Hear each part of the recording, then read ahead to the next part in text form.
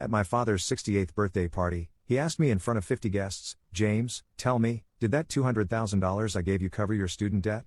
I was stunned and quickly asked back, "What $200,000, Dad? I'm here drowning, living in my car with $180,000 in loans destroying my credit." The room went silent as my brother's face went ghost white. 20 minutes later, police arrived. So I'm sitting here in my car right now writing this because I literally can't even process what just happened and I need to get this out before I lose my mind. I keep replaying it and it still doesn't make sense. I was getting ready for my dad's birthday party this morning. Well, getting ready is generous since I've been living out of my Honda Civic for the past 3 months. Just brushing my teeth with a water bottle and trying to make myself look presentable, you know? I had this cheap button down from Goodwill that I'd been saving for something like this. My dad's been doing these big birthday parties since he retired. He loves being the center of attention, always has. This year it was at my Aunt Linda's house because she's got the big backyard and the money for catering. I almost didn't go because honestly, I've been avoiding family stuff lately. It's embarrassing when everyone asks what you're up to and you're like, well, I'm 29 and homeless, so there's that. But it's my dad's 68th, and my mom kept texting me about how hurt he'd be if I didn't show. She doesn't know about the car situation. I've been telling everyone I'm between apartments, which isn't technically a lie, right? So I get there around 2 p.m. and the place is packed. All the usual suspects, my aunts and uncles, family friends, neighbors, people from dad's old job. Everyone's dressed nice, there's this whole spread of food, and I'm just trying to blend in and grab some free lunch without anyone asking too many questions about my life. My brother Marcus is there with his wife Sarah and their 2 kids. He's got the perfect suburban life, house in the good school district, new SUV, the works. We've never been super close but we get along fine at family things. He seemed normal when I got there, gave me a hug, asked how I was doing. I gave him the usual "oh you know, just figuring things out" response. Everything was going fine for like 2 hours. I was talking to my cousin Mike about baseball, avoiding my mom's friend who always asks when I'm getting married, just normal family party stuff. I even managed to pack some leftover sandwiches in my jacket pockets for later, which felt like a win. Then after they brought out the cake and everyone sang happy birthday, my dad gets up to make one of his speeches. He loves doing this, thanking everyone for coming, telling stories, that kind of thing. Usually they're pretty harmless. He starts off normal, talking about how blessed he feels to have family and friends, how proud he is of his sons.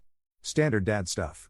But then he looks right at me and goes, "You know, I'm especially proud of how my boys have handled their challenges. Like James here. James, tell everyone, did that $200,000 I gave you help cover your student loans?" I swear to God, it was like someone hit pause on the whole party. Everyone just stopped talking and looked at me. I felt my face get hot and I was like, "What? Dad, what $200,000? I don't know what you're talking about." And he gets this confused look and goes, "The money I transferred to you for your student loans. You remember, we talked about it and I wanted to help you get a fresh start." I'm standing there with literally everyone staring at me, and I'm completely lost. I was like, "Dad, I never got any money from you. I'm still drowning in loans. I've got like $180,000 in debt that's destroying my credit. I don't know what you're talking about." That's when I noticed Marcus. He had gone completely white. Pale as a sheet. Sarah was looking at him with this weird expression, and he was just staring at the ground. My dad looked genuinely confused and goes, "But I sent it to your account.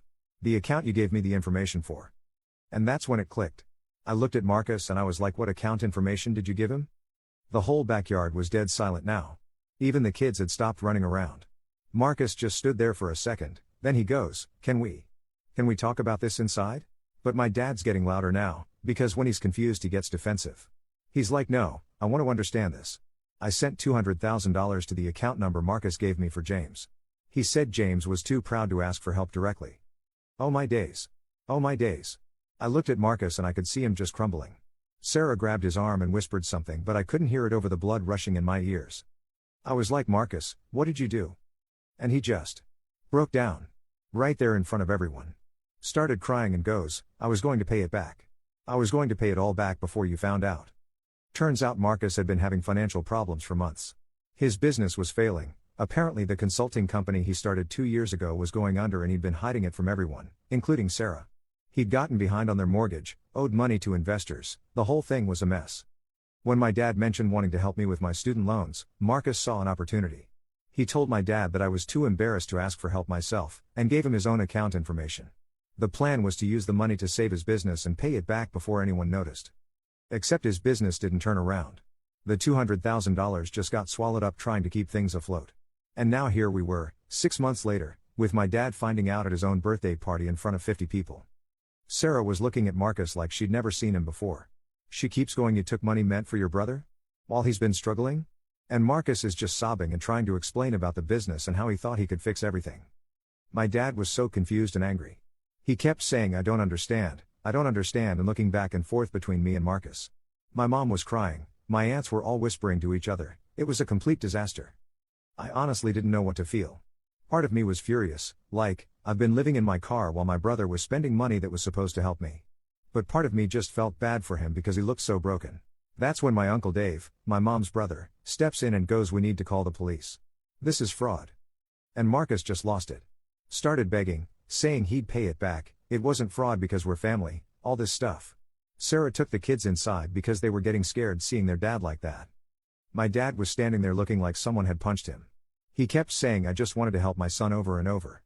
So yeah, someone called the cops. I think it was my Aunt Linda, whose house it was. She was probably worried about liability or something. 2 officers showed up maybe 20 minutes later, which felt like the longest 20 minutes of my life. The whole party basically ended. People started leaving in groups, all whispering and looking uncomfortable. My cousin Mike came up to me before he left and was like, "Dude, I'm so sorry. Do you need a place to crash tonight?" Which was nice but also made me realize my whole family was about to find out I've been living in my car. The police talked to my dad first, then Marcus, then me. They were actually pretty professional about the whole thing. They explained that since it was family and the money was willingly given to Marcus, even if under false pretenses, it wasn't necessarily criminal fraud. But they said my dad could pursue civil action if he wanted to. Marcus ended up not getting arrested, which honestly surprised everyone. The officers said it was a complicated situation and recommended we try to work it out as a family first, but that my dad should definitely talk to a lawyer. After the police left, it was just me, Marcus, my parents, and Sarah sitting in Linda's living room. Most awkward conversation of my entire life. Marcus kept apologizing and trying to explain about his business. Apparently he'd been putting on this whole act for months, pretending everything was fine while he was panicking inside. Sarah said she had no idea, she thought his business was doing well because he kept buying things and acting like money wasn't a problem. My mom was crying on and off, saying she didn't understand how this happened. My dad just looked devastated. Not even angry anymore, just sad and confused. I finally asked Marcus how much of the money was left. He said maybe $30,000, but most of it was tied up in business assets that were probably worthless now. So basically, almost all of it was gone. We sat there for like 2 hours trying to figure out what to do. My dad kept asking if I needed money, which was sweet but also made everything worse because obviously he didn't have another $200,000 just lying around. That was probably a huge chunk of his retirement savings. Sarah was asking Marcus all these questions about their finances that he clearly didn't want to answer in front of everyone. Like, what about the mortgage payments? And where did you tell me this money was coming from? It was brutal to watch. Eventually we all just kind of left. There wasn't really a solution to talk through. Marcus said he'd talk to a lawyer about bankruptcy and see what assets he could liquidate to pay back what he could. My dad said he needed time to think.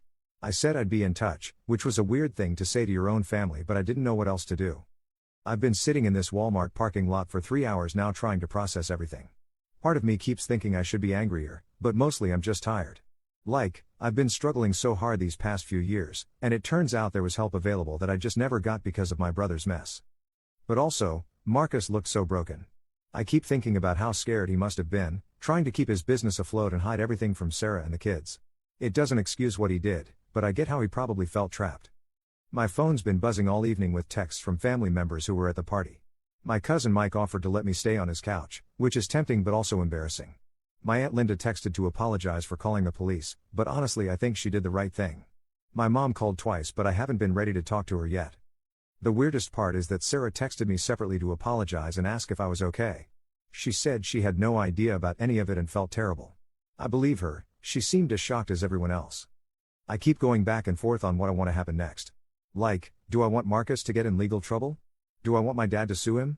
Part of me wants my brother to face consequences for what he did, but part of me just wants my family to not be completely destroyed by this. And honestly, I'm scared about what happens to Sarah and the kids if Marcus loses everything. They didn't do anything wrong, and those kids are my nephews. If my dad pursues this legally, Marcus could lose the house, and then where does that leave them? But also, I'm living in my car. I've been eating ramen and peanut butter sandwiches for months while my brother was spending money that was meant to help me. That's pretty hard to get over. I called my friend Jake to tell him what happened and he was like, "Dude, you have to press charges. That's your money." But it's not really my money, it's my dad's money. I never even knew it existed until today. I think what bothers me most is how long this has been going on. Marcus has been looking me in the eye at family dinners for months, knowing what he did, while I was struggling. That's what feels the worst, not even the money, but the lying. My dad texted me around 9 p.m. asking if I wanted to come stay at their house tonight. I said I was fine, but I think he knows something's up with my living situation now. My mom always suspected I was having money problems, but I don't think she realized how bad it's gotten. I'm supposed to start a new job next week, just retail, but it's something, and I've been looking forward to getting back on my feet. Now I don't know if that even matters because this whole family situation is going to be hanging over everything. The thing is, before today, I thought my biggest problems were student loans and finding an apartment I could afford. Now I'm dealing with family drama that could potentially tear everyone apart. And I still have all the same problems I had this morning, plus now I know there was supposed to be a solution that I never got. I keep thinking about my dad's face when he realized what happened. He just wanted to help his son, and instead he got scammed by his other son. That's going to mess him up for a long time. And Marcus, I still can't believe he did this. We weren't super close, but I never thought he was capable of something like this. It makes me wonder what else I don't know about my own family. Sarah keeps texting asking if we can talk. I think she's scared about what's going to happen to her marriage and their house. I feel bad for her, but I also don't really know what to say. What am I supposed to tell her? That it's okay her husband stole money meant for me while I was homeless. I should probably call a lawyer tomorrow to understand what my options are, even though I can't afford one. Maybe there's some kind of legal aid thing for situations like this. I honestly don't even know where to start. Part of me wants to just forget the whole thing and move on with my life. The money's gone anyway, and pursuing it legally is just going to make everything worse for everyone. But another part of me thinks that's exactly the kind of thinking that lets people get away with this stuff. My cousin Mike texted again offering the couch, and honestly, I might take him up on it. I'm tired of sleeping in my car, and this whole situation has me feeling like I need to be around family, even if it's complicated right now. I keep wondering if I should have seen signs that Marcus was struggling. But he seemed fine, new clothes, taking the family out to dinner, talking about business trips. Either he's really good at pretending or I'm really bad at paying attention to people. The worst part might be that this doesn't really solve my problems. Even if somehow I got the $200,000 back tomorrow, I'd still need to rebuild my credit, find an apartment, figure out my career. The money would help obviously, but I've been homeless for 3 months now, and that's not something you just bounce back from immediately. I called my old roommate Tom to tell him what happened, and he was like, "This is like something out of a movie." But it doesn't feel like a movie. It just feels messy and sad and complicated. My mom called again and left a voicemail saying she loves me and wants to help however she can. She sounded like she'd been crying. I feel bad for her. This isn't her fault and she's probably blaming herself somehow. It's almost midnight now and I should try to get some sleep, but my brain won't shut up. I keep running through the whole day, thinking about what I could have said differently or what signs I might have missed. Tomorrow I need to decide what I actually want to do about all this. Do I want to push for Marcus to face consequences? Do I want to try to work something out as a family? Do I want to just walk away from all of it? The crazy thing is, this morning my biggest worry was whether I'd have enough gas to get to the party and back. Now I'm dealing with potential felony charges against my brother and trying to figure out if my family is going to survive this. I keep thinking about those kids, Marcus's kids. They're going to find out eventually that their dad did something really wrong, and that's going to mess them up. None of this is their fault, but they're going to suffer for it anyway. And my dad, he was so happy at the beginning of the party. Talking about how proud he was of his sons and how blessed he felt. Now he's probably lying awake wondering how he could have been so wrong about everything. I texted Marcus a few hours ago just saying why? And he responded with this long message about how sorry he is and how desperate he was and how he thought he could fix everything before anyone found out. But that doesn't really answer the question. Why was it okay to let me suffer while he spent money that was meant for me? I think what bothers me is that he had to have known I was struggling. I mean, I haven't been great at hiding it. I've been making excuses to skip family dinners, wearing the same clothes over and over, looking tired all the time. And he just watched me go through all that while he was spending money that was supposed to help me. Sarah texted again asking if I'm okay and if I need anything. I appreciate that she's reaching out, but it's also weird because what can she do? Her husband stole from me, and now we're all supposed to just figure out how to move forward. The more I think about it, the more I realize I need to talk to a lawyer, even if I can't afford it. This isn't just about the money, though the money would obviously change my life. It's about what's fair and what Marcus should face consequences for. But then I think about those kids again, and I don't know. Is it worth potentially destroying their lives to get justice for what their dad did to me? I wish there was a clear right answer, but everything just feels complicated and messy. Kind of like real life, I guess. I should probably try to sleep now. Tomorrow I'll call Mike about that couch and maybe look into legal aid options. And I should probably call my parents back because they're worried about me. What a birthday party. I doubt my dad's going to want to do the big celebration thing again next year. Actually, you know what? I just realized something. For the first time in months, I'm not worried about my student loans. Not because they're gone, but because they're not even close to being my biggest problem anymore. Funny how perspective works. Update, next morning.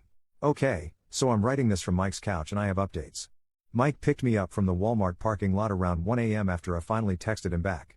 He's been really cool about everything, didn't ask a ton of questions, just made up the couch and let me crash. I woke up to 17 missed calls and about 30 text messages. Apparently the family drama didn't stop when I left last night. First, Sarah called Marcus's business partner, who I didn't even know existed, to try to figure out what assets could be liquidated to pay my dad back. Turns out Marcus had been lying to his business partner too about where some of their funding was coming from. So now there's potentially another fraud situation there. Second, my mom called my Uncle Dave, the one who said to call police, and apparently there was a whole argument about whether the family should handle this privately or whether my dad should press charges. Uncle Dave thinks Marcus needs to face real consequences. My mom thinks we should try to work it out ourselves. Third, and this is the part that's really messing with my head, my dad called me at 6 a.m. crying. Actually crying. He kept apologizing for not knowing I was struggling, and saying he felt like he failed as a father. I've never heard my dad cry before, and it honestly broke my heart. He wants to meet for lunch today to talk about everything. He also said he's been thinking about taking out a loan or using more of his retirement money to help me anyway, which made me feel terrible because that's not his responsibility and he's already lost $200,000. But here's the thing that's really got me messed up. Marcus called me at 7 a.m., also crying, begging me not to let dad press charges. He said he'd figure out a way to pay everything back, even if it takes years. He was talking about selling the house and moving the family into an apartment, liquidating his business, all this stuff. And I felt bad for him. Like, how messed up is that? He steals money meant for me while I'm literally homeless, and I'm feeling bad because he's crying. Sarah also called and said she's talking to a divorce lawyer. Not because she wants to divorce Marcus necessarily, but because she wants to understand what her legal options are if this whole thing goes south. She said she needs to protect the kids and herself financially. That hit me hard because I realized that my decision about whether to pursue this legally isn't just about me and Marcus anymore. It's about whether those kids have a stable home, whether Sarah can keep her life together, whether my parents' marriage can handle this stress. Mike made coffee and we talked about it for like 2 hours. He thinks I should definitely pursue legal action because what Marcus did was serious, and if I don't, he's basically getting away with stealing $200,000. But he also said he understands why I'm conflicted. The thing Mike pointed out that I hadn't really thought about is that this probably isn't the first time Marcus has done something like this.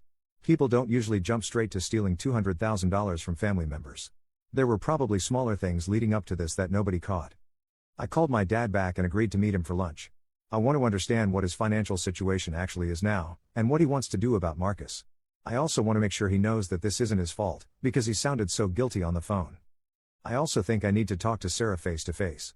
She's caught in the middle of this just like I am, and she's got those kids to think about. Maybe we can figure out some kind of solution that doesn't completely destroy everyone's lives. But honestly, I'm still really angry about the whole thing. Every time I think about Marcus watching me struggle while he was spending money that was supposed to help me, I get mad all over again. And the fact that he only came clean because he got caught, not because he felt guilty, makes it worse. I keep thinking about all the nights I sat in my car wondering how I was going to get out of this situation, while the solution was sitting in my brother's bank account the whole time. Mike said something that stuck with me. He was like, even if you forgive Marcus, you can still hold him accountable. Those don't have to be the same thing. I think that's what I need to figure out. What does accountability look like here? Does it mean criminal charges? Does it mean Marcus pays everything back over time? Does it mean he faces some other kind of consequence? I don't know yet. But I'm starting to think that doing nothing isn't really an option, because then Marcus doesn't learn anything and my dad doesn't get his money back, and I'm still in the same situation I was in yesterday morning. Anyway, I should get ready to meet my dad. I'll probably update again tonight after I've talked to him and figured out what we're going to do next. This is definitely not how I expected my week to go. Update, evening. Well, lunch with my dad was a lot. We met at this diner near his house, and he looked like he'd aged 5 years since yesterday. He kept apologizing and asking if I was really living in my car, which I finally had to admit to. He got so upset when I told him the truth about my living situation. Started talking about how he could have helped months ago if he'd known, how he felt like a failure as a father, all this stuff. I kept trying to tell him it wasn't his fault, but he was really beating himself up about it. Then he told me something I wasn't expecting. He said the $200,000 wasn't actually extra money he had lying around, it was most of his and my mom's emergency savings that they'd been building up for years in case one of them got sick or needed long-term care. So when Marcus took that money, he didn't just steal from me. He potentially stole my parents' security in their old age. That made me angrier than anything else that's happened so far. My dad said he wants Marcus to pay it back, but he doesn't know if he wants to press criminal charges because of the kids. He's torn between wanting justice and not wanting to destroy his grandchildren's lives. But here's the thing, he said if Marcus can't pay it back, my parents might have to sell their house to rebuild their emergency fund. They're both on fixed incomes now, and losing that much money is a really big deal for them. That changed everything for me. I was willing to maybe let this slide for the sake of family peace, but now I realize this isn't just about me and Marcus. This is about my parents' financial security. After lunch, my dad and I drove over to Marcus and Sarah's house to have a family meeting. Sarah answered the door and she looked terrible, like she hadn't slept at all. The kids were at her mom's house, which was probably smart. Marcus was waiting in the living room, and he started apologizing immediately. But my dad cut him off and said we needed to talk about practical solutions, not just apologies. So we spent like 3 hours going through Marcus's finances. And guys, it's bad. Really bad. He owes money to investors, he's behind on the mortgage, his business has basically no assets worth anything. Even if he sold everything, he might be able to come up with $50,000, maybe $60,000 on a good day. Sarah kept asking questions about debts she didn't know about, and it became clear that Marcus had been hiding a lot of financial problems from her. A lot. She was getting angrier and angrier as the conversation went on. At one point she just stood up and said, "I can't do this anymore. I can't be married to someone who lies to me about everything." And she went upstairs and started packing a bag. Marcus completely broke down. Started begging her not to leave, saying he'd fix everything, all this desperate stuff. But she was done. She said she was taking the kids to her mom's house and needed time to think about whether their marriage could survive this. So Sarah left, and it was just me, my dad, and Marcus sitting there. Marcus looked completely defeated. He kept saying he never meant for things to get this bad, he just made one bad decision and then it spiraled. My dad asked him point blank, "If we don't press charges, how are you going to pay us back?" And Marcus couldn't give a good answer. He talked about getting a job and making payments over time, but even if he got a decent job, it would take like 20 years to pay back $200,000. That's when I realized we don't really have a choice. My dad needs that money back, and Marcus can't pay it back on his own. The only way this gets resolved is if there are legal consequences that force some kind of structured repayment or settlement. I told Marcus that I didn't want to destroy his life, but I couldn't let my parents lose their financial security because of his bad decisions. I said if he could come up with a realistic plan to pay back at least most of the money in a reasonable time frame, maybe we could work something out privately. But he couldn't. He just kept saying he'd try, which isn't really an answer. So my dad and I left, and we're meeting with a lawyer tomorrow morning. My dad found someone who specializes in financial crimes and family law. We're going to understand exactly what our options are and what the consequences would be for Marcus. I feel terrible about it, but I also feel like Marcus made his choices and now he has to live with the consequences. He had 6 months to come clean or figure out a way to make this right, and he didn't. He only admitted what he did because he got caught. The hardest part is thinking about the kids. They're going to grow up knowing their dad went to jail, if that's what happens, for stealing from their uncle and grandfather. That's going to mess them up. But then I think about my parents having to sell their house because their son stole their emergency savings, and I get angry all over again. Mike's been really supportive through all this. He said I'm making the right choice by pursuing legal action, even though it's hard. He pointed out that if I don't hold Marcus accountable now, what's to stop him from doing something like this again to someone else? I called my mom tonight to give her an update, and she's heartbroken about the whole thing. She's worried about Marcus going to jail, but she's also worried about their financial situation. She said she's never seen my dad this stressed about money. Sarah texted me from her mom's house to say she's sorry about everything and that she supports whatever decision I make about pressing charges. She said she's probably going to file for divorce because she can't trust Marcus anymore, which I understand but still makes me sad. It's weird how one lie can just destroy an entire family like this. Yesterday morning we were all fine, not perfect, but fine. Now my brother's probably going to jail, his wife is leaving him, his kids are traumatized, my parents are stressed about money, and I'm still homeless but now also dealing with all this family drama. The lawyer meeting is at 10 a.m. tomorrow. I'm nervous about it, but I think it's the right thing to do. Marcus had chances to make this right, and he didn't take them. Now it's out of my hands. I'll update again after we talk to the lawyer and figure out what the next steps are.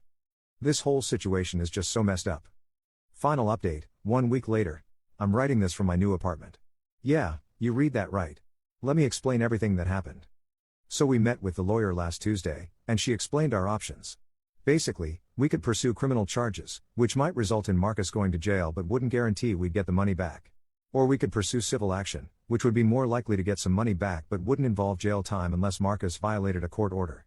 She also said that because Marcus voluntarily admitted what he did and seemed willing to cooperate, a prosecutor might be willing to work out some kind of plea deal that involved restitution instead of jail time.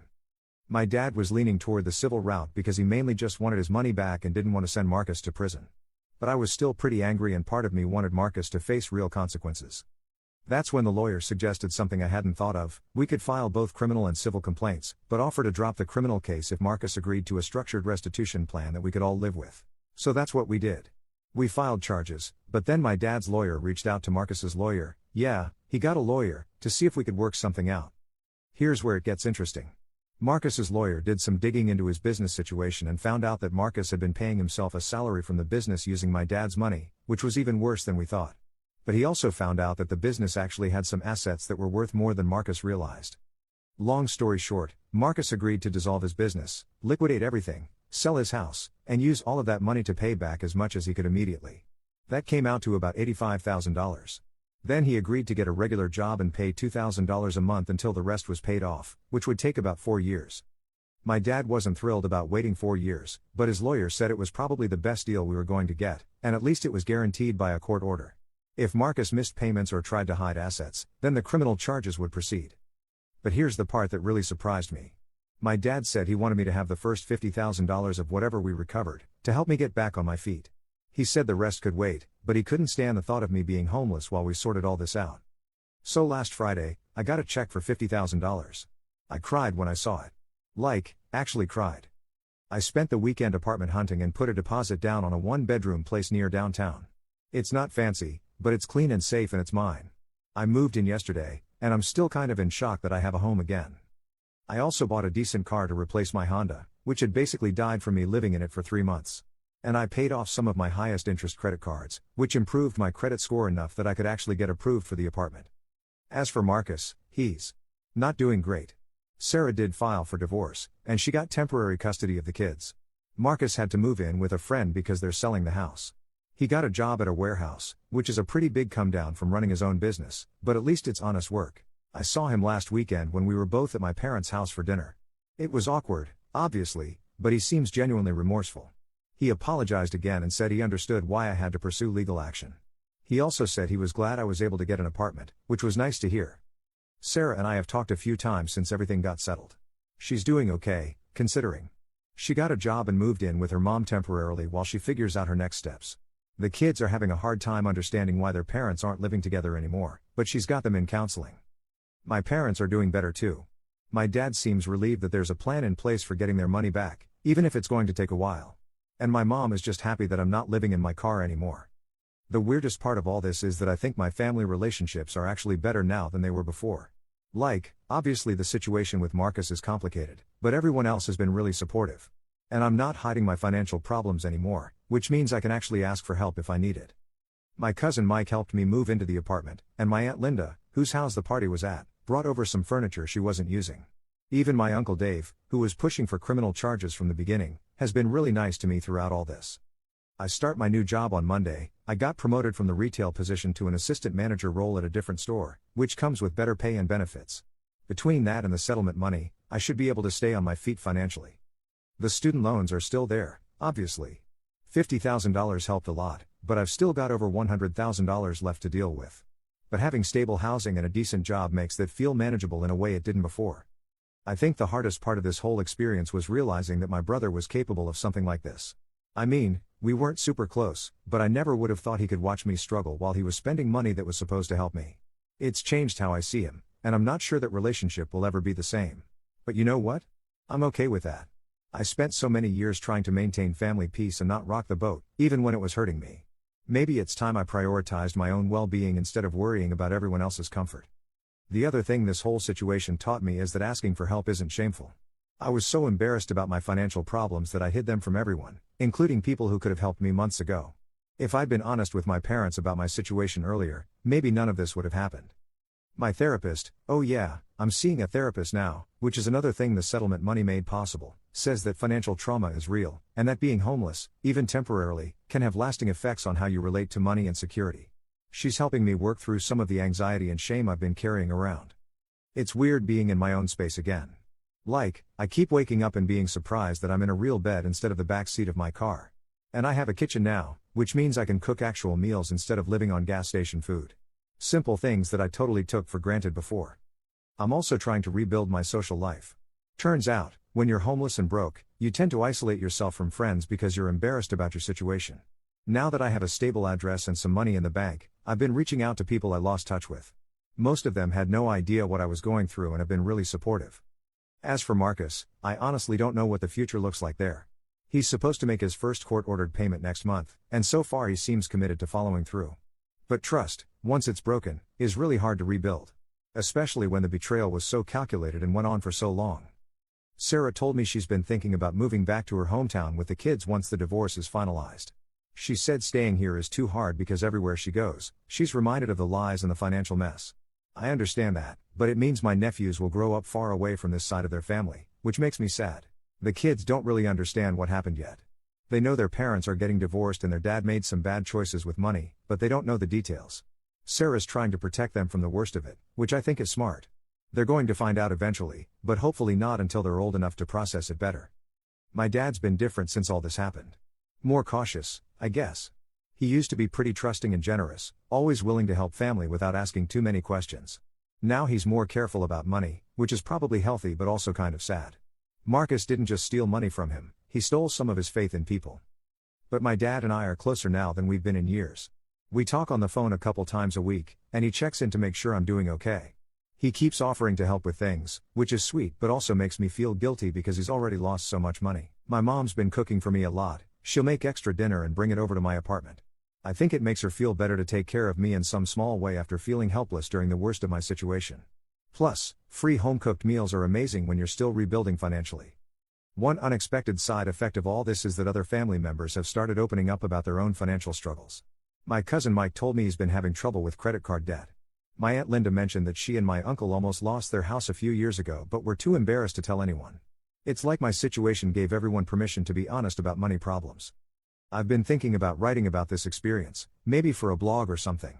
Not for attention, but because I think there are probably other people out there dealing with similar family financial drama, and it might help to know they're not alone. Financial abuse within families is more common than people talk about. The lawyer said our case was pretty typical, actually. She sees family members stealing from each other all the time. Usually it's adult children taking advantage of elderly parents, but sibling situations like ours happen too. She said the hardest part is always that victims don't want to press charges because they don't want to destroy family relationships. Looking back, I'm glad we pursued legal action, even though it was painful. Marcus needed real consequences, and my dad needed a way to get his money back. If we just tried to handle it as a family, I don't think Marcus would have taken it seriously enough to actually pay anything back. The court-ordered payment plan also protects everyone involved. Marcus knows exactly what he owes and when. My dad knows he'll get his money back eventually, and if Marcus tries to skip payments or hide assets, there are automatic legal consequences. It takes the emotional drama out of it and makes it a business transaction. I still get angry sometimes when I think about everything that happened. Like, I'll be enjoying my apartment or cooking dinner in my kitchen, and then I'll remember that I could have had this months ago if Marcus hadn't stolen the money. But my therapist says that's normal and that the anger will fade over time. What helps is focusing on the positive changes that have come out of this mess. I have a home now, a better job, a closer relationship with my parents, and I'm getting the mental health support I needed. I'm also much better at advocating for myself and asking for help when I need it. And honestly, I'm proud of how I handled everything. A year ago, I probably would have just accepted the situation and tried to keep the peace. I would have let Marcus get away with it to avoid family drama. But I stood up for myself and my parents, even when it was hard and uncomfortable. The settlement money won't last forever, and I still have a lot of debt to pay off. But for the first time in years, I feel like I'm moving forward instead of just treading water. I have hope again, which is something I didn't have when I was living in my car. Marcus is supposed to continue making payments for the next 4 years, assuming he keeps his job and doesn't try to hide any assets. The lawyer said if he misses more than 2 payments, we can restart the criminal case, which gives him a pretty strong incentive to follow through. I don't know if our relationship will ever recover. Maybe in a few years, after he's paid everything back and shown that he's genuinely changed, we can try to rebuild some kind of trust. But right now, I'm focused on my own life and my own healing. Sarah and I text occasionally, usually about practical stuff related to the kids or the legal proceedings. She seems to be doing better since she filed for divorce and got some distance from the situation. She said she's starting to feel like herself again instead of constantly worrying about what financial disaster Marcus might be hiding next. The whole experience has made me think differently about family loyalty. I used to think that family should stick together no matter what, but now I realize that loyalty has to go both ways. Marcus violated the trust and loyalty that holds families together, and there have to be consequences for that. But I also learned that the rest of my family really does have my back when things get serious. Even family members I wasn't particularly close to stepped up to help when they found out what I was going through. That means a lot. I'm writing this final update because I wanted to close the loop on the story, but also because I know some people following along were worried about how everything would turn out. The answer is, messy but okay. Life is messy, families are complicated, and sometimes there aren't clean happy endings. But there can be justice, and healing, and moving forward. If anyone reading this is dealing with financial abuse from family members, I guess my advice would be to document everything, talk to a lawyer, and don't be afraid to pursue legal action if that's what it takes to protect yourself. Family relationships are important, but they're not more important than your own well-being and financial security. And if you're struggling financially and hiding it from family who might be able to help, consider being honest about your situation. Obviously, every family is different, but you might be surprised by how supportive people can be when they know what you're really going through. Anyway, that's my story. It's been a wild ride, but I'm in a much better place now than I was a month ago. Thanks to everyone who followed along and offered support, it really meant a lot during some of the darkest moments. Time to go make dinner in my actual kitchen. Still can't get over having a kitchen again.